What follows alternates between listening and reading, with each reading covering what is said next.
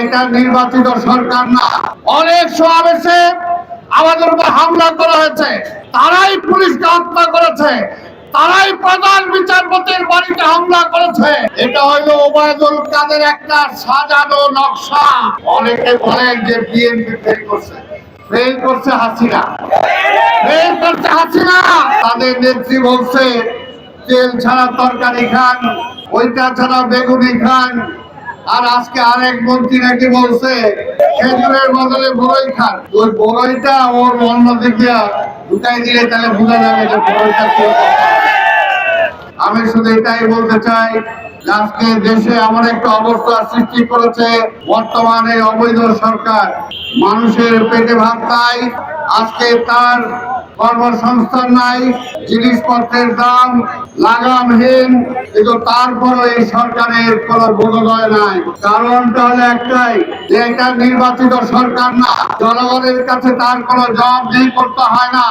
এই কারণে তারা দেখছেন বলে, এর আগে তো তাদের নেত্রী বলছে তেল ছাড়া তরকারি খান, ওইটা ছাড়া বেগুনি খান। আর আজকে আরেক মন্ত্রী নাকি বলছে যে আপেলের বদলে বড়ই খান, খেজুরের বদলে বড়ই খান। ওই বড়ইটা ওর অন্যদিকে ঢুকাই দিলে তাহলে বোঝা যাবে যে বড়ইটা কি। জনগণের বাস্তব অবস্থা নিয়ে তারা আজকে হেয়ালি করতেছে, তামাশা করছে জনগণকে নিয়ে। তাই এই তামাশা সরকার তো হবেই। 28 অক্টোবর তারা কি করলো? আজকে এখানে সাংবাদিক যারা আছেন, এলাকার মানুষ যারা আছেন, আপনারা সবাই সাক্ষী। এখানে শত শত সমাবেশ আমরা করেছি। অনেক সমাবেশে আমাদের উপর হামলা করা হয়েছে, অনেক সমাবেশ থেকে আমাদেরকে গ্রেপ্তার করা হয়েছে। কিন্তু তারপরেও কোন সমাবেশ থেকে কি ওই পুলিশ হসপিটালে যায় আক্রমণ করা হয়েছে? হয় নাই। ওই প্রধান বিচারপতির বাড়িতে কি আক্রমণ করা হয়েছে? আমরা কোন পুলিশের উপর আক্রমণ করছি? করি নাই। এটা হইল ওবায়দুল কাদের একটা সাজানো নকশা। বিএনপিকে নির্বাচনের বাইরে রাখার জন্য আপনারা দেখছেন সেদিন আমাদের এই সমাবেশকে কিভাবে সমাবেশের উপর আক্রমণ করেছে।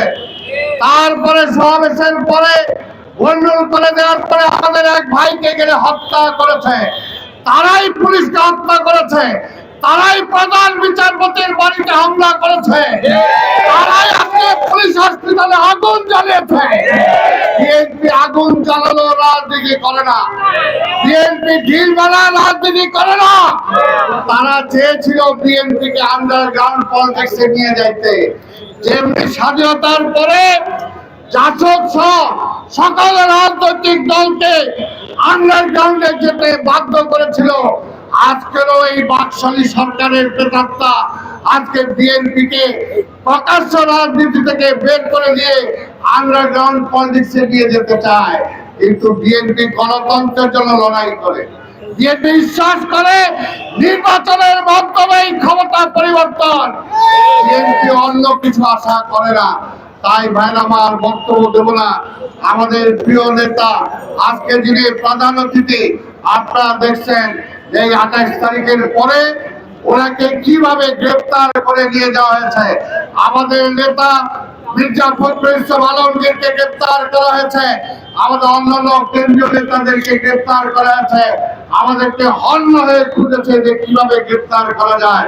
কিন্তু তারপরেও এই ঢাকা মহানগরীতে আজকে ছাত্র দল, যুব দল, স্বেচ্ছাসেবক দল, শ্রমিক দল, মহিলা দল, তাঁতি দল, ওলামা দল, কৃষক দল সহ ঢাকা মহানগর বিএনপির দক্ষিণে যারা রাজপথে থেকে এই পুলিশের বিরুদ্ধে, পুলিশের হয়রানির মধ্যে, আক্রমণের মধ্যে, গুলির মধ্যে আপনারা রাজপথে নেমে এসেছিলেন, আপনাদের সবাইকে আমরা ধন্যবাদ জানাই। আন্দোলন শেষ হয় নাই। যে পর্যন্ত না শেখ হাসিনার আজকে পতন না হবে, আন্দোলন চলতে থাকবে। অনেকে বলেন যে বিএনপি ফেল করছে, ফেল করছে হাসিনা, ফেল করছে হাসিনা, গণতন্ত্রকে ফেল করানোর চেষ্টা করছে। আজকে এই দেশের জনগণকে আজকে আবার নতুন করে পরাধীন করতে চাচ্ছে। তাই ভাইরা আমার, বিএনপি ক্ষমতার জন্য রাজনীতি করে না, বিএনপি দেশের মানুষের অধিকারের জন্য রাজনীতি করে। একটা কথা বলতে চাই, আজকে ভোটটা কেন 28 তারিখের আগে মির্জা ফখরুল মির্জা আব্বাসকে গ্রেফতার করে আমাদের সবাইকে হন্যে খুঁজে আমাদের ছাত্র দলের সভাপতি সাধারণ সম্পাদক, যুব দলের সভাপতি সাধারণ সম্পাদক, স্বেচ্ছাসেবক দলের সভাপতি সাধারণ সম্পাদক সহ আজকে কৃষক দলের সভাপতি সাধারণ সম্পাদক সহ সবাইকে আজকে অনেককে গ্রেফতার করেছেন, অনেককে হন্যে খুঁজেছেন। তার কেন করেছিলেন? আজকে বিএনপি যাতে নির্বাচনে না আসতে পারে। বিএনপি নির্বাচনে আসলে এই পাতানো নির্বাচন করা যাবে না, এই সাজানো নির্বাচন করা যাবে না। এর জন্যই বিএনপিকে সেই নির্বাচনের মাঠ থেকে দূরে রাখার জন্যই ষড়যন্ত্র করে আপনি 28শে অক্টোবরের ঘটনা ঘটিয়েছেন। যতই সাজানো মামলা দেন না কেন, যতই সাজানো মামলা সাজান না কেন, একদিন অবশ্যই এই ইতিহাস বের হয়ে আসবে কারা পুলিশ মেরেছে, কারা আক্রমণ করেছে, কারা আজকে সমাবেশকে বন্ধ করে দিয়েছে। অবশ্যই বের হয়ে আসবে। আপনারা আক্রমণ করছেন, আপনারাই তদন্ত করবেন, আপনারাই মামলা দিবেন, আপনারাই সাক্ষী দিবেন। ওই সমস্ত মামলা চলবে না, কোনো কিছু হবে না।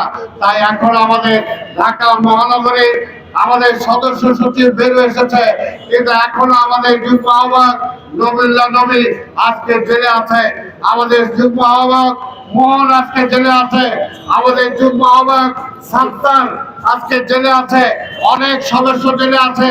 এখনো আমাদের যুগ্ম আহ্বায়করা আজকে এখানে আসতে পারে নাই, তার সবার বিরুদ্ধে মিথ্যা মামলায় আমরা হাইকোর্ট থেকে এখনো অনেকে বেল নিতে পারেন নাই, আমরা জামিন নিয়ে এখানে এসেছি।